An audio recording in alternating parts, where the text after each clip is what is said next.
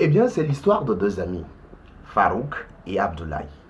Farouk et Abdoulaye sont comme les deux doigts de la main. Ils ont grandi ensemble. À Timbuktu, la ville où ils vivent, on envie leur amitié, on jalouse leur amitié. Farouk et Abdoulaye, à leur jeune âge, ont été introduits au commerce par leur oncle. Le temps passe. Farouk et Abdoulaye ont grandi, ils sont devenus des hommes. Ils se sont mariés, chacun a fondé une petite famille. Farouk et Abdoulaye ont réussi au commerce. Ils sont devenus très riches. Ils sont d'ailleurs même respectés à Timbuktu. Un jour, Farouk décide d'aller s'installer à Bandjeli pour tester son commerce. Et pour la première fois de leur vie, Farouk et Abdoulaye se séparent.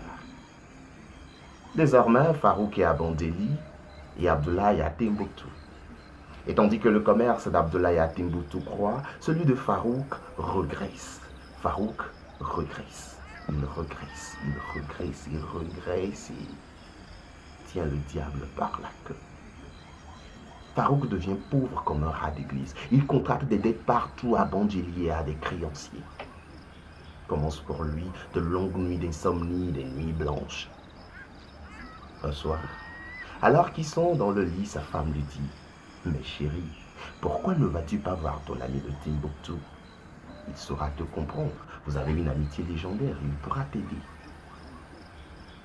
Farouk, après moult réflexions, décide d'aller à Timbuktu voir son ami Abdoulaye. Et le lendemain, le voilà qui prend des pieds la route de Timbuktu. Après de longues heures de marche, Farouk arrive à Timbuktu tout en rayon, dégoulinant de sueur, fatigué et affamé. Toc, toc, toc. Il va toquer à la porte de son ami. La chance. C'est son ami lui-même qui lui ouvre la porte. Mais quand il voit son ami Farouk, tout en rayon, dégoulinant de sueur, affamé, clac. Il lui ferme la porte. Le cœur serré, Farouk s'en retourne à Bandjeli, narrer sa mésaventure à sa femme. Le temps passe. Un soir, alors qu'ils sont dans le lit, Farouk et sa femme entendent à leur porte. Toc, toc, toc. Un moment, Farouk a eu peur. Il croit que c'est un des créanciers qui vient lui demander son dû. Il prend son courage à deux mains. Il se lève, va ouvrir la porte et une femme avec un mal sur la tête se tient devant lui. Farouk s'empresse de décharger la femme, de la faire entrer, de lui donner de l'eau à boire.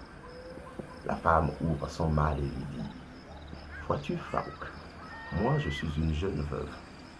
Et mon mari, avant de mourir, m'a laissé ses bijoux en or et ses poteries antiques.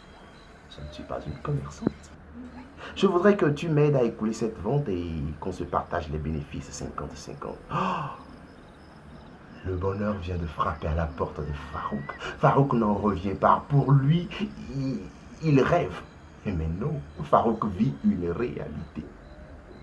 Un moment, Farouk arrive à reprendre ses esprits, à revenir à lui-même et à accepter la belle proposition de la jeune femme veuve. Subtilement, il écoule la vente. Il se partage les bénéfices 50-50. La jeune femme veuve rentre chez elle.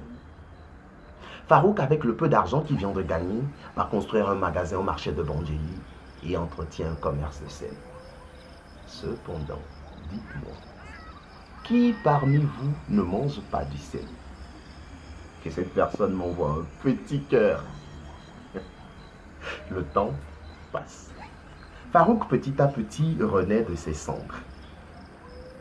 Un soir, du retour du marché, Farouk voit devant sa porte un jeune homme sur un cheval et prend trois autres chevaux. Il s'empresse d'aller vers le jeune homme qui lui dit: oh, Farouk, toc, toc, toc, toc, toc, tempo. Vois-tu, Farouk, moi je suis un jeune soldat qui revient de guerre. Et ces 33 chevaux constituent mon butin de guerre. Je ne suis pas un commerçant, Farouk. Je voudrais que tu m'aides à écouler cette vente et qu'on se partage les bénéfices 50-50. Oh, le bonheur vient encore de frapper à la porte de Farouk. Il est content, il est heureux, il est aux anges. Farouk accepte la proposition du jeune soldat. Rapidement et subtilement, il écoule la vente. Il se partage les bénéfices 50-50. Le jeune soldat rentre chez lui à la maison. Farouk, avec le peu d'argent qu'il vient encore de gagner, va construire d'autres magasins dans le marché de Bandjeli et entretient de plus belle son commerce de sel. Et le temps passe. Farouk renaît de ses cendres. Il retrouve sa situation d'antan. Il mange luxueusement. Plus de créanciers, plus de dettes. La vie est belle. Farouk est heureux. Un soir, après avoir fini le dîner, Farouk dit à sa femme: Femme, demain je vais à Timbuktu mettre fin à mon amitié avec Abdoulaye. La femme surprise essaie de l'en dissuader, mais peine perdue. Le lendemain matin, voilà de nouveau Farouk sur la route de Timbuktu. Cette fois-ci, il fait un très bon voyage. Il voyage dans de très bonnes conditions. Farouk, après de longues heures de marche, arrive à Timbuktu. Toc, toc, toc. Il va toquer à la porte de son ami. Ouh, la chance. C'est son ami lui-même qui vient encore lui ouvrir la porte. Et quand il voit son ami Farouk bien habillé, bien endimanché, il lui dit: Oh, Farouk, rentre, rentre, rentre. Non. Répond Farouk: Je viens de ce pas mettre fin à notre amitié. Soit. Rentre. Partageons-nous un dernier verre avant de nous séparer, répond son ami Abdoulaye. Farouk refuse. Abdoulaye insiste. Farouk refuse. Abdoulaye insiste. Farouk refuse. Il insiste de nouveau. Farouk finit par céder. Il rentre dans la maison de son ami Abdoulaye. Mais à peine sont-ils rentrés dans le salon qu'il voit une jeune femme. C'est la femme veuve qui lui a proposé les bijoux en or et les poteries antiques. Farouk la reconnaît.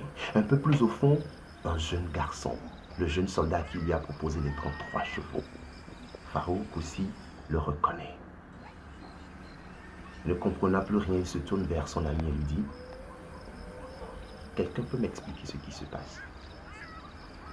Et Abdoulaye, le sourire aux lèvres, lui dit: Vois-tu, mon ami, quand tu es venu me voir, tout en raillant, tout dégoulinant de sueur, je n'ai pas pu m'empêcher de te fermer la porte au nez parce que j'avais la gorge nouée.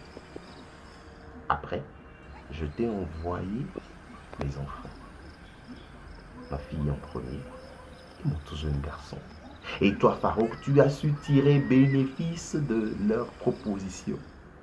Tu as su être honnête. Tu as su devenir l'homme que je voudrais que tu sois. Tu as su devenir un grand commerçant. Eh bien, vois-tu, Farouk, je ne te dois rien. Notre amitié reste intacte.